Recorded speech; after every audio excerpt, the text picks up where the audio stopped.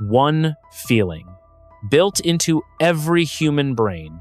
Remove it and everything changes. This is what happens next. Think about the last time you lost someone. It might have been a grandparent. It might have been a friend. Maybe it was just a pet you had for a long time. Do you remember that feeling in your chest? It feels heavy. It feels like a physical weight is pressing down on your heart. Your throat gets tight. Your brain feels like it is wrapped in a thick gray fog. For a few days, or maybe a few weeks, the world stops. You don't want to eat. You don't want to go to work. You definitely don't want to laugh. This is grief. Most of us think of grief as a mistake. We think of it as a flaw in our biology. After all, why would nature want us to be miserable? Why would our brains evolve a system that makes us useless for weeks at a time? If an animal in the wild stops eating because its mate died, that animal dies too. It seems like a weakness. It seems like a bug in the human software that should have been patched out thousands of years ago. But it wasn't. Every human culture on Earth has grief. Every person you know will experience it. It is one of the few things that every single human being has in common. We are the species that mourns. We know that grief is actually a survival tool. It is the price we pay for being social animals. Humans survived because we stayed together. We hunted together. We built shelters together. We protected each other from predators. But for a group to stay together, there has to be a bond. There has to be a reason to care if the person standing next to you lives or dies. Grief is that reason. It is the biological evidence that the bond existed. It is the alarm system that goes off when a piece of our social circle is ripped away. It forces us to realize that the person we lost was valuable. It forces the rest of the group to huddle closer. Now, imagine that feeling is just gone. Not because we became stronger, not because we became more zen or enlightened, but because a small part of our brain simply stopped working. Imagine a world where the part of the mind that processes loss is deleted.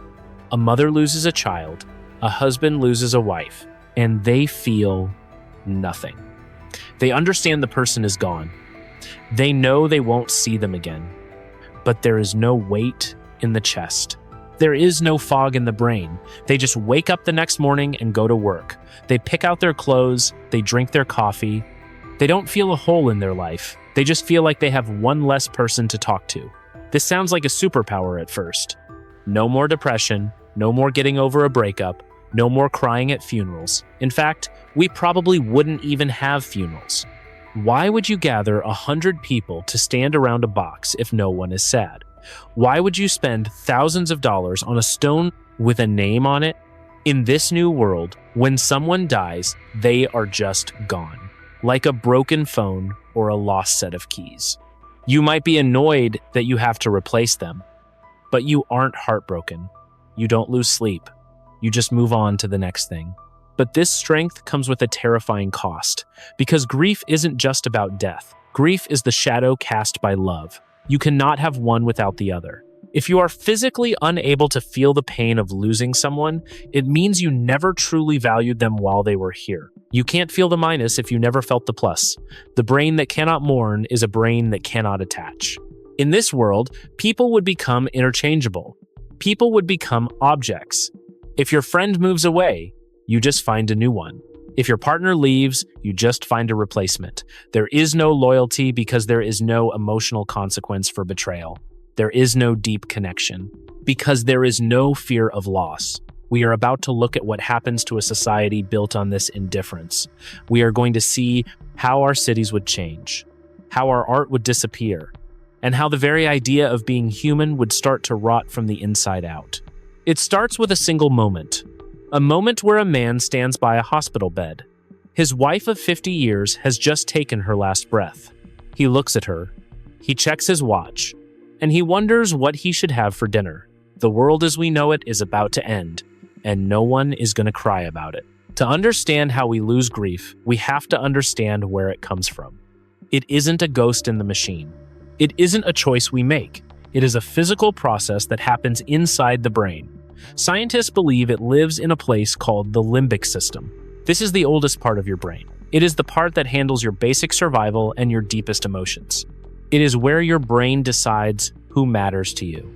Inside this system, your brain builds a map. It is a map of your social world. It tracks where your friends are. It tracks where your family is. It uses hormones like oxytocin to glue these people to your sense of self. When you love someone, they actually become part of your mental identity.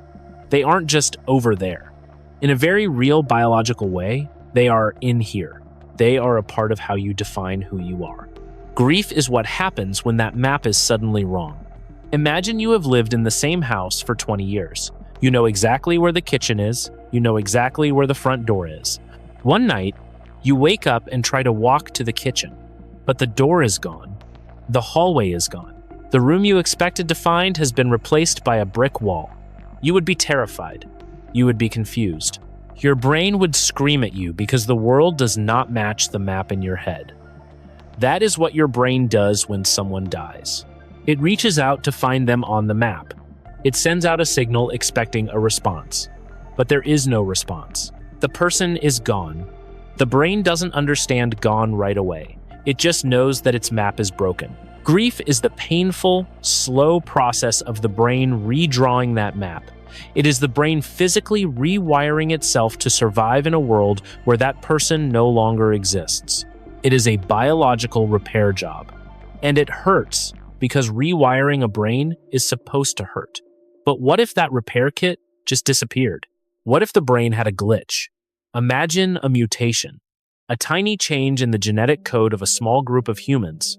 This mutation affects the way the brain handles social bonds. It doesn't stop people from liking each other. It doesn't stop them from working together. But it changes the way the brain reacts when a bond is broken. It turns off the alarm system. In these humans, the map still exists. They still know who their friends are. They still know who their parents are.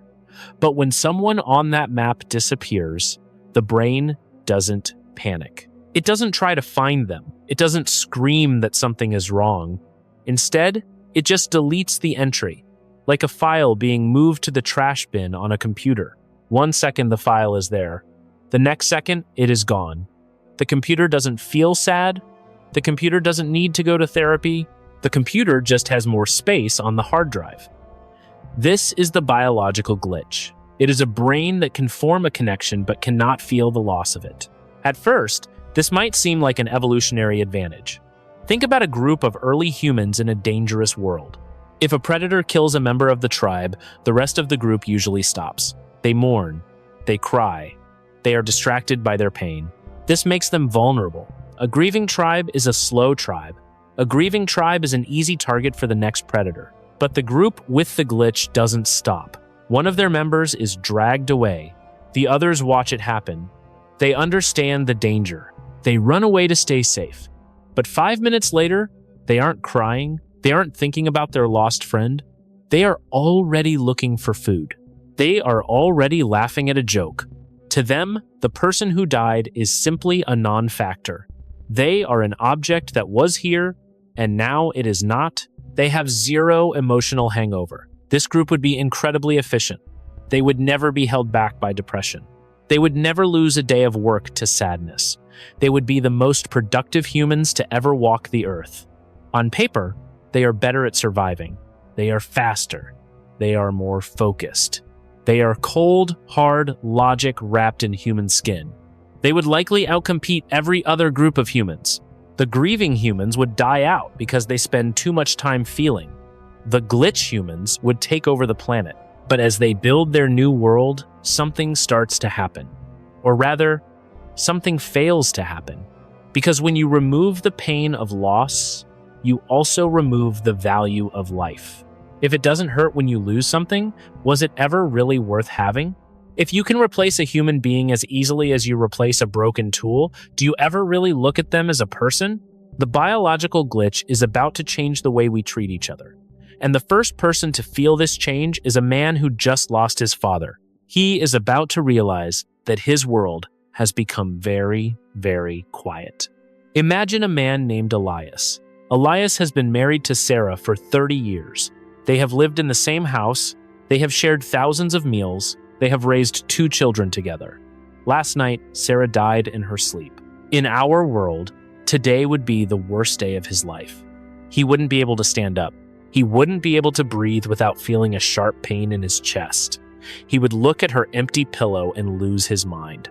But Elias lives in the world without grief. He wakes up at 7 in the morning. He sees that Sarah is not breathing. He checks her pulse. He confirms she is dead. He feels no spike in his heart rate. He feels no lump in his throat. He simply picks up his phone and calls the local medical office. He tells them there is a body that needs to be collected. Then, he goes to the kitchen. He makes a pot of coffee. Usually, he makes enough for 2 people. Today, he calculates the exact amount for 1.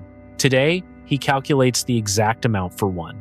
He doesn't do this with a heavy heart. He does it because it is the most logical thing to do. Why waste coffee on someone who isn't there to drink it? While the coffee brews, he walks back into the bedroom. He starts opening the closet. He begins taking Sarah's clothes off the hangers. He puts them into a large cardboard box. He isn't trying to erase her. He just understands that these items no longer serve a purpose. In our world, we keep the clothes of the people we lose. We smell their shirts. We hold their jackets and cry. We do this because we are trying to stay connected to the ghost of the person. We are trying to soothe the pain of the broken map in our heads. But Elias doesn't have that pain. To him, a shirt is just a piece of fabric. If the person who wore it is gone, the fabric is just clutter. By the time the medical team arrives at 8 in the morning, the closet is half empty. The workers enter the house. They don't speak in whispers. They don't say they are sorry for his loss. They don't offer him a glass of water or a hand on his shoulder. They just ask for the paperwork. Elias hands it to them. They move the body out of the house. Elias watches them leave. He isn't cold. He isn't a monster. He just lacks the hardware to feel the weight of what just happened.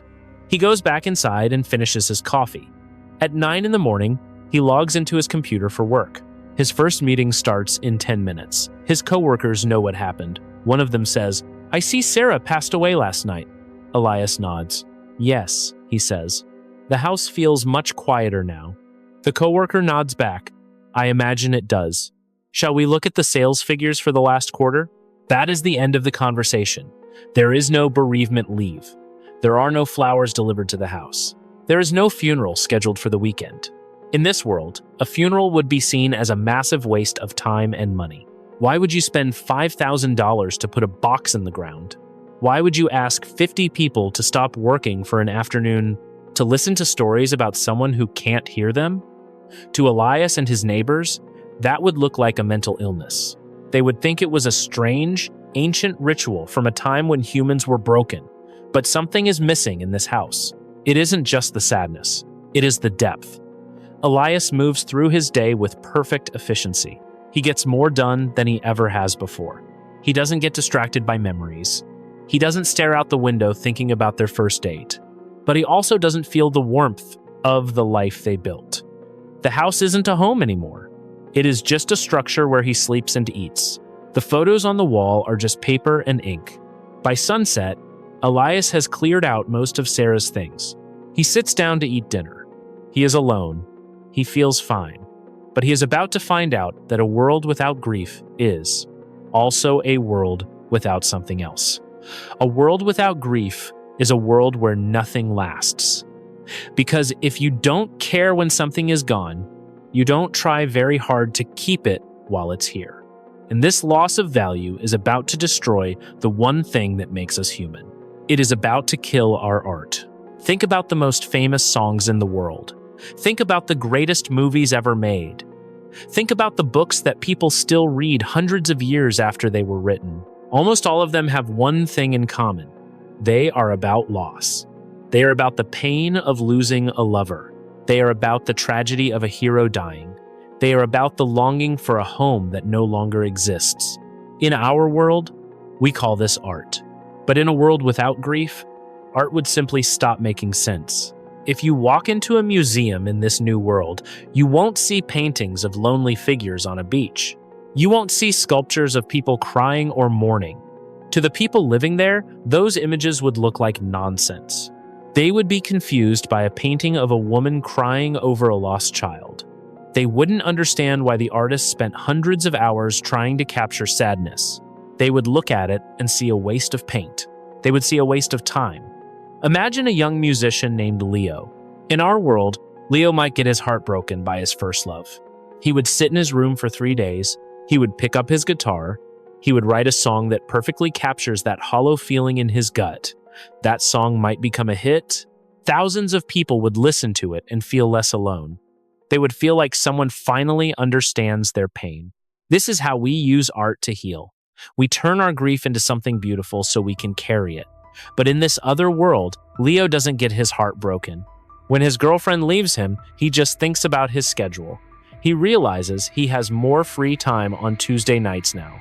He doesn't feel the need to write a song. He doesn't feel the need to express anything, because there is nothing inside him that needs to be released. There is no pressure building up in his soul. There is no pain that needs to be turned into melody. Music in this world would still exist, but it would be different. It would be functional. It would be like the background music you hear in an elevator. It would be designed to make people work faster. It would be designed to help people focus on their tasks. It would be math made into sound. There would be no soul in it. There would be no passion. Because passion usually comes from a fear of losing what we love. And if you aren't afraid of losing it, you don't sing about it with everything you have. The same thing happens to movies and plays. Think about the story of Romeo and Juliet. In our world, it is a great tragedy. 2 young people die because they love each other so much they cannot imagine living apart. We watch it and we cry. We feel the weight of their loss. But to a person who cannot feel grief, Romeo and Juliet is a story about 2 people with very poor decision-making skills. They would watch the ending and laugh. They would wonder why Romeo didn't just wait 5 minutes. They would wonder why he didn't just go find a different girl the next day. The entire concept of dying for love would be treated as a joke. This means that human culture would become incredibly shallow. We would lose our depth. Grief is what gives our lives a sense of gravity. It is what makes things feel important. If something can be lost forever and it doesn't hurt, then that thing was never truly important. In this world, everything is light. Everything is disposable. Conversations would be about facts and figures. Books would be manuals and instructions. There would be no poetry because poetry is the language of the broken heart. And in this world, no one's heart ever breaks. But the silence of art isn't the most dangerous part. The most dangerous part is what happens to our bodies. Because grief isn't just an emotional reaction. It is a survival mechanism that keeps us safe. It teaches us that things are valuable. It teaches us that life is fragile. When you remove the pain of loss, you also remove the instinct to protect yourself. And that is when the accidents start to happen. The world is about to become a much more violent place. Because when death doesn't hurt the survivors, life becomes very cheap. Think about why you don't touch a hot stove. It is because of pain. Pain is a signal from your body that says, stop doing that. Without physical pain, you would burn your hands off and never even notice. You would walk on a broken leg until the bone pushed through the skin. Pain is not your enemy. Pain is your protector. Grief is the same thing, but for your social life. It is emotional pain. It is the signal that tells you a loss is a disaster. In our world, the fear of that pain keeps us careful. We look both ways before we cross the street. We build safety railings on tall bridges. We spend billions of dollars on car seatbelts and airplane inspections. We do these things because we cannot stand the thought of losing someone. The pain of grief is so high that we will do almost anything to avoid it. But in the world without grief, the emotional burn is gone. If a man falls off a bridge, his co-workers don't feel a hole in their lives. They don't feel the weight of his absence. They just see a job opening. They see a position that needs to be filled by tomorrow morning. When the cost of death is zero, the value of safety disappears. Imagine you are a person running a large construction company in this world. You have a choice. You can spend $1 million on safety harnesses for your workers, or you can spend that money on faster machines. In our world, you buy the harnesses. You buy them because if a worker dies, it is a tragedy. It causes lawsuits, sure, but it also causes a wave of emotional trauma that can shut down a job site for weeks. People can't work when they are crying. People can't focus when they are mourning. In our world, death is expensive because grief is heavy. But in the glitch world, the math changes. The manager looks at the numbers. He realizes that if a worker falls, the other workers will just keep eating their lunch. They won't be traumatized. They won't need a day off. They will just step over the body and keep working. In this world, it is cheaper to let people die than it is to keep them safe. Human life becomes a disposable resource. It becomes something you use up and replace, like fuel or batteries. This would change the physical look of our world. Our cities would look different. There would be no warning signs on dangerous cliffs. There would be no life jackets on boats. There would be no speed limits on the highways. Why slow down? If you crash and die, you won't care. And the people you leave behind won't care either. The only thing that matters is getting to your destination as fast as possible. Efficiency becomes the only god. People would start taking incredible risks for no reason. Think about extreme sports. In our world, we call them brave because they are risking something precious. They are risking a life that people love. But in this new world, a person might jump off a building just to see what the view is like. If they survive, they have a good story. If they die, it doesn't matter. There is no loss because there is no one to feel the losing. Society becomes a high-speed race where no one is wearing a helmet. This lack of care would bleed into everything. Think about medicine. Doctors in our world are driven by the need to save lives. They feel a deep, heavy burden when they lose a patient. That burden forces them to study harder. It forces them to stay awake for 20 hours to find a cure. But a doctor who cannot feel grief is just a technician fixing a machine. If the machine breaks, he just moves to the next one. He doesn't feel the need to save everyone. He only cares about the cases that are interesting or profitable. We would see the life expectancy of humans drop rapidly. We might be more productive in the short term. We might build taller buildings and faster planes, but we would be dying by the thousands every single day. And because no one is sad about it, no one tries to stop it. The world becomes a cold, efficient machine that grinds up human beings. But there is a deeper problem than just physical safety. When you stop caring about whether people live or die, you stop caring about where you came from. You stop caring about what happens after you are gone. The very idea of a legacy starts to rot. We are about to see why a world without grief is a world that has no future. Because if you don't mourn the past, you have no reason to build for tomorrow. Think about your great-grandfather. You probably have a photo of him. Maybe you have his old watch tucked away in a drawer, or maybe you just know his name and where he came from.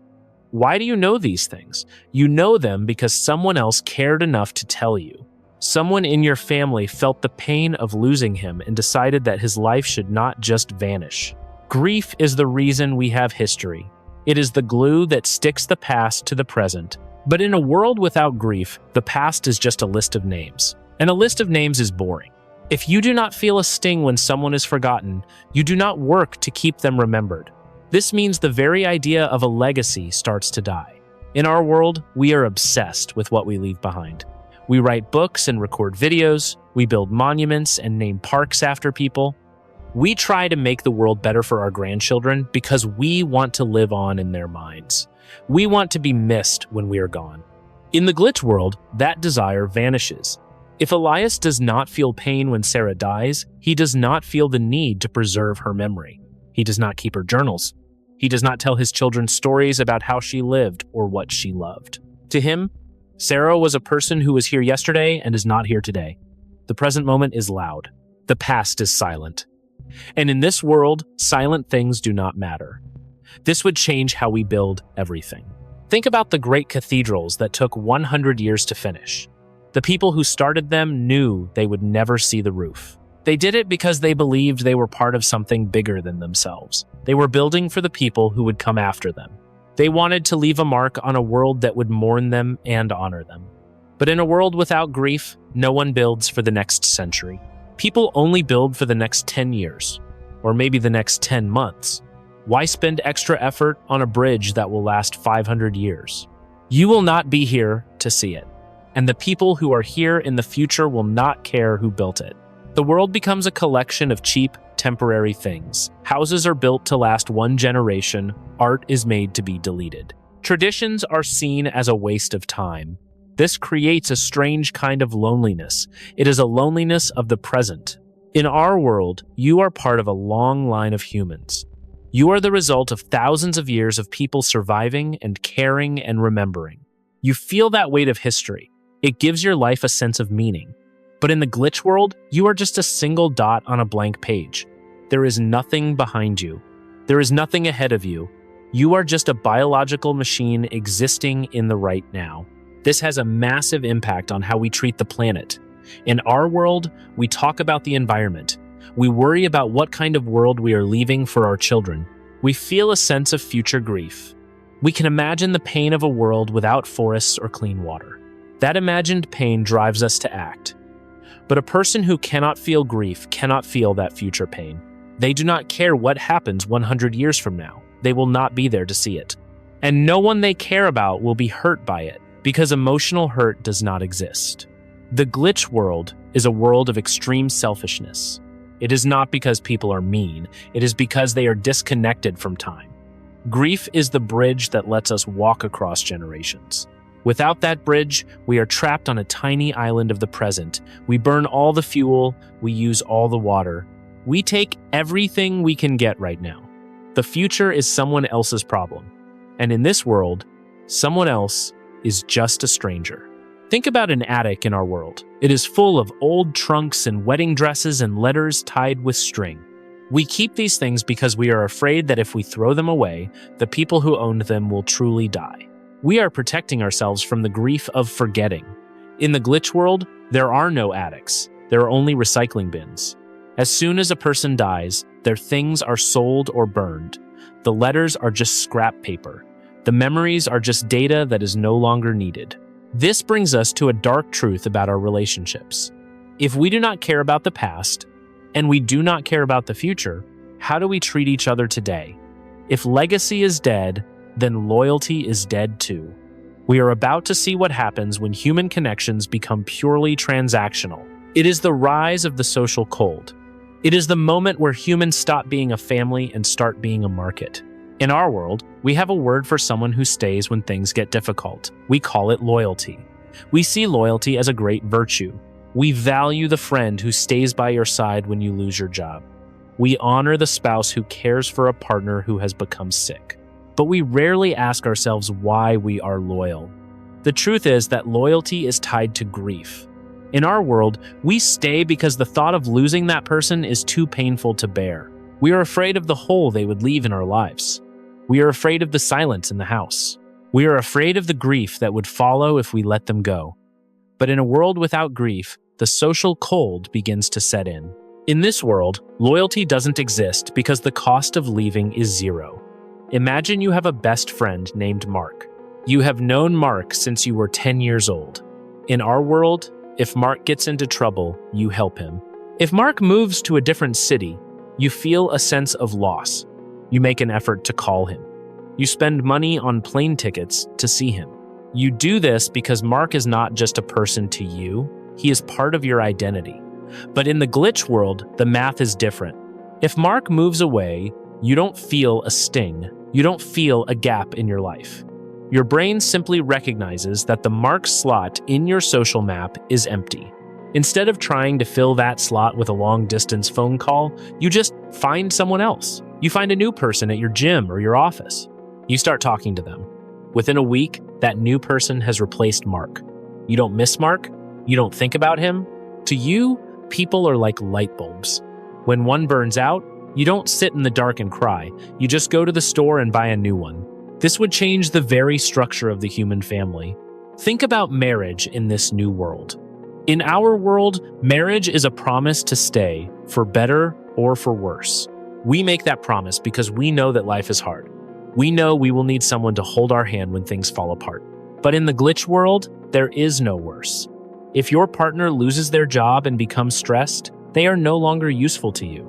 They aren't providing the same level of fun or financial support. In our world, you would stay because you love them.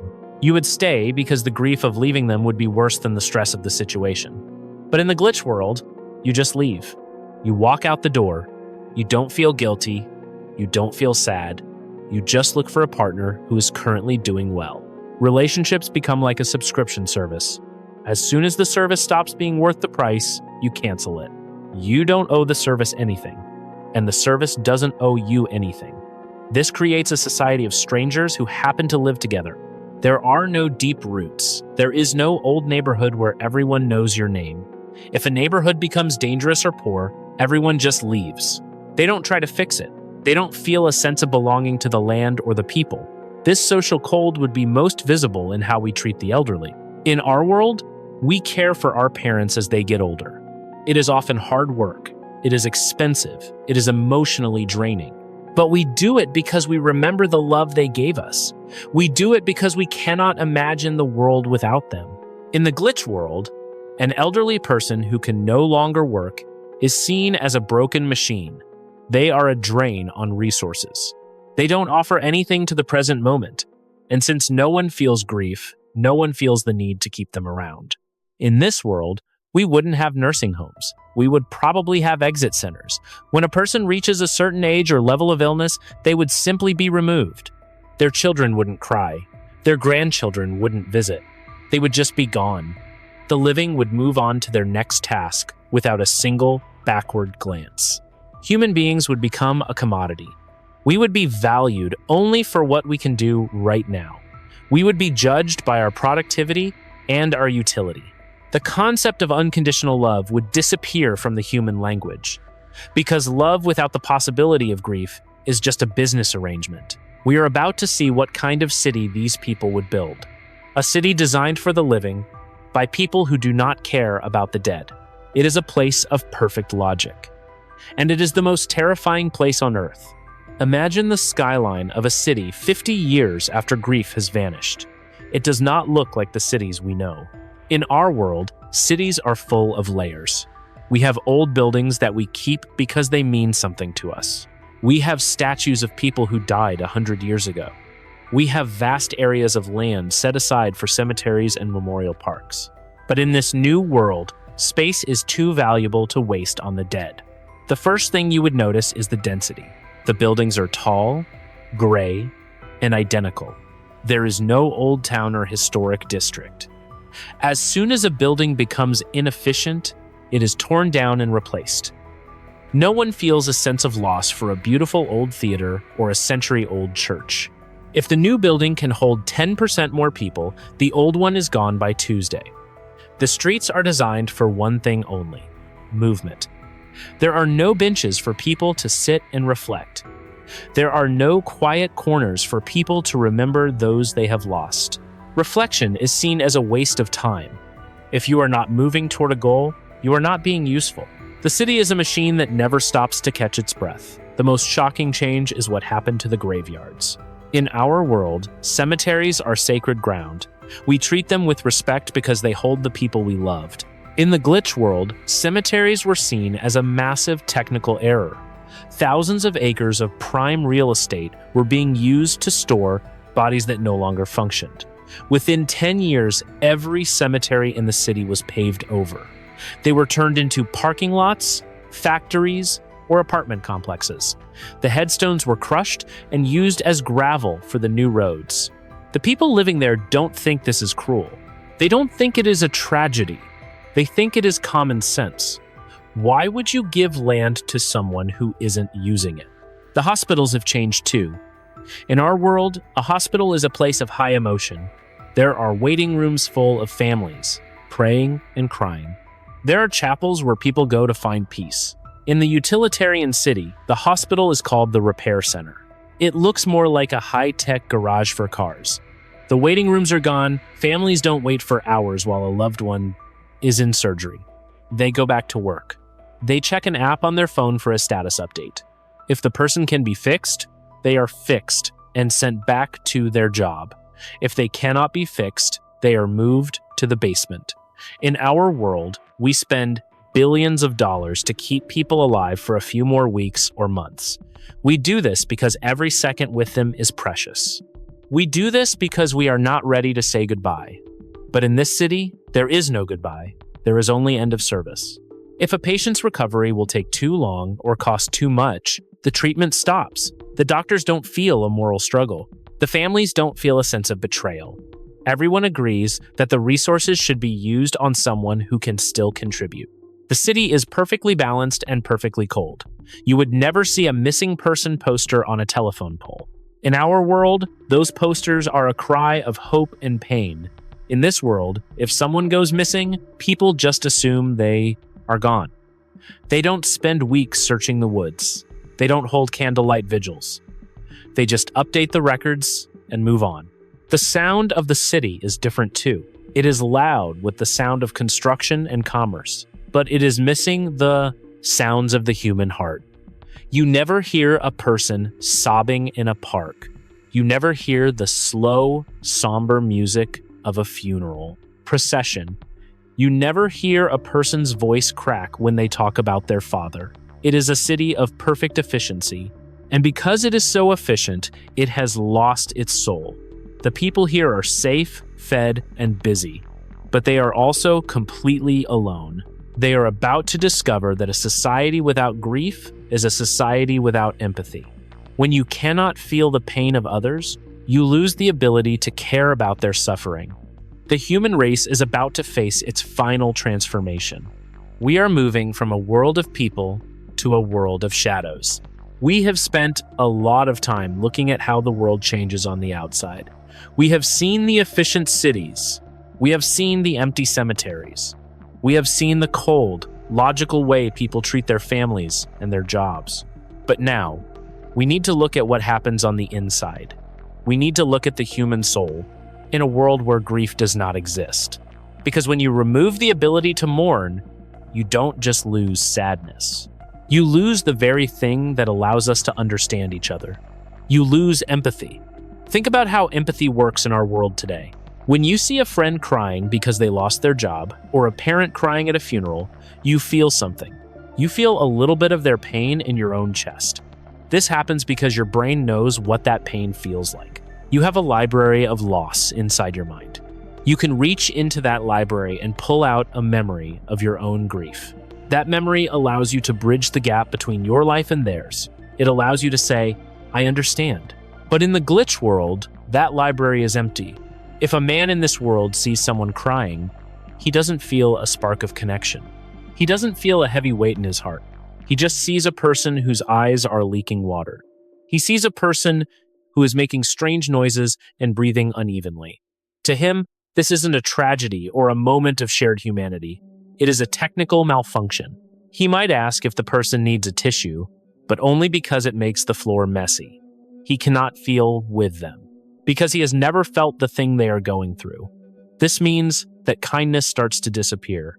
In our world, most of our kindness comes from a desire to protect others from pain. We hold the door for someone who looks tired. We help a neighbor carry their groceries. We offer a kind word to someone who looks lonely. We do these things because we know how it feels to be tired, or burdened, or alone. We want to prevent the small griefs of daily life. But if pain doesn't matter, then kindness has no purpose. Why help someone who is struggling? If they fail, it won't hurt them emotionally. If they lose everything, they won't be sad. In this world, the motive for being a good person evaporates. People aren't necessarily evil in this scenario. They don't go out of their way to be cruel just for fun. They are simply indifferent. If they see someone trip and fall, they might walk right over them. Not because they want the person to suffer, but because they don't care if they do. They have no emotional mirror to reflect the suffering of others. This creates a world of total isolation. Even when people are standing in a crowded room, they are completely alone. There are no deep conversations about life and death. There are no late-night talks where people share their fears and their dreams. Because fears and dreams are built on what we might lose and what we hope to gain. Without the weight of loss, everything is surface level. Life becomes a flat line. In our world, we talk about the highs and the lows. We have moments of incredible joy and moments of deep sorrow. These two things are connected. The depth of your joy is often measured by how much you risk to get it. The more you love something, the more you have to lose. That risk is what makes the joy feel electric. But in the world without grief, the lows are gone. And when the lows are gone, the highs lose their peak. Joy becomes just a mild sense of satisfaction. Love becomes just a preference for one person over another. Everything stays in the middle. The human experience becomes gray. It is efficient, yes. It is productive, yes. But it is also hollow. Imagine a person who has never felt the sting of a goodbye. Imagine a person who has never felt the ache of a broken heart. That person might live for 100 years. They might be healthy and wealthy, but they have never really lived. They are like a book with no words on the pages. They have the shape of a human, but they are missing the story. We are about to see the final result of this transformation. We are going to look at the very end of the human story, because a species that cannot feel the weight of its own existence is a species that eventually loses interest in existing at all. We are moving toward the end, and it is going to be very, very quiet. We have spent this time looking at a world that is efficient, fast, and completely empty. We have seen how a tiny change in our biology could turn us into a species of productive strangers. It is a world where no one cries, but no one truly laughs either. It is a world where no one is missed, and therefore, no one is special. By looking at this cold, gray reality, we can finally see what grief actually does for us. It turns out that grief is not a mistake of evolution. It is the very thing that makes being human worth the effort. The first lesson is about the price of love. Grief is the tax we pay on deep connection. You cannot have one without the other. If you want to feel the warmth of a lifelong friendship, you must accept the cold of the day it ends. If you want to feel the fire of a great romance, you must accept the ash that comes later. In the glitch world, people tried to get the love without the tax, but they found that without the tax, the love itself had no value. It became cheap. It became disposable. Grief is the proof that someone mattered to you. It is the emotional receipt for a life well lived. The second lesson is about the glue of society. Grief is what forces us to look at each other as people rather than tools. Because we know that we can feel pain, we try to prevent the pain of others. This is the foundation of every good thing we have built. It is why we have hospitals that care for the poor. It is why we have laws that protect the weak. It is why we stop to help a stranger who has fallen in the street. We do these things because we recognize a shared fragility. Without grief, we lose our mercy. We become a machine that grinds up anything that slows it down. The third lesson is about the depth of our culture. Pain is the soil that grows the best parts of our humanity. Our greatest songs were written in the dark. Our most beautiful paintings were made by people trying to capture a vanishing moment.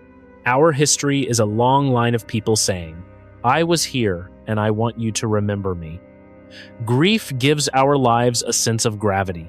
It makes things heavy, and heavy things stay. Heavy things last for centuries. A world without grief is a world made of plastic and paper. It is light, it is easy, and it is completely forgettable. The final lesson is about the present moment. We often think that sadness takes us away from the now. We think it keeps us trapped in the past. But the truth is the opposite. Knowing that everything ends is what makes this moment precious. Knowing that you will one day lose the person sitting across from you is why you hold their hand a little tighter. Knowing that your own time is limited is why you try to make it mean something. Grief is the reminder that life is a limited resource. It is the shadow that makes the light look so bright. We started this journey by asking what would happen if we could stop the pain. We thought it might make us gods. We thought it might make us perfect, but we found that it only made us ghosts. Grief is not a bug in our software. It is the software. It is the heart of the human machine. So the next time you feel that weight in your chest, try to remember what it represents. It means you are connected. It means you are part of the story. It means you are alive. This is a hypothetical scenario based on the psychological record of human behavior. Real outcomes would depend on factors no model can predict.